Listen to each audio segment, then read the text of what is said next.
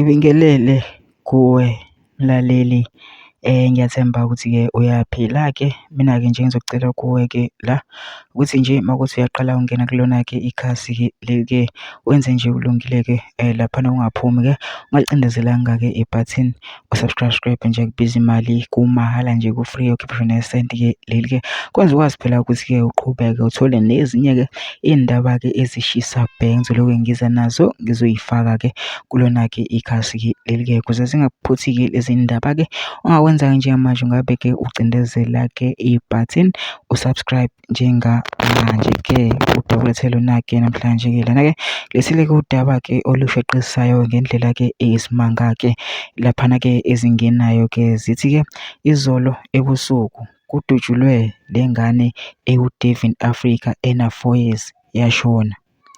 Ngokusho kukanina ubelele nayo ngesikhathi kufika umuntu egcekeni wadubula indlu abelele kuyo yase ishayeka ingane yashona. Lo muntu uphinde wadubula ebhekise endlini engaphandle ye-garden boy wabo. Yena u-garden boy udubuleke ka-5 kodwa uyaphila usesibhedlela. Unina wengane uthi ayiqali lento njengoba last year kwafika umuntu wadubula indodakazi yakhe ena-12 years yashona ngesikhathi. Uthi nobaba wazo izingane washona kanjena, kwafika umuntu wamdubula. Lokhu kwenzeke eWestbank kanti bathi abekho happy ngamaphoyisa asemfuleni.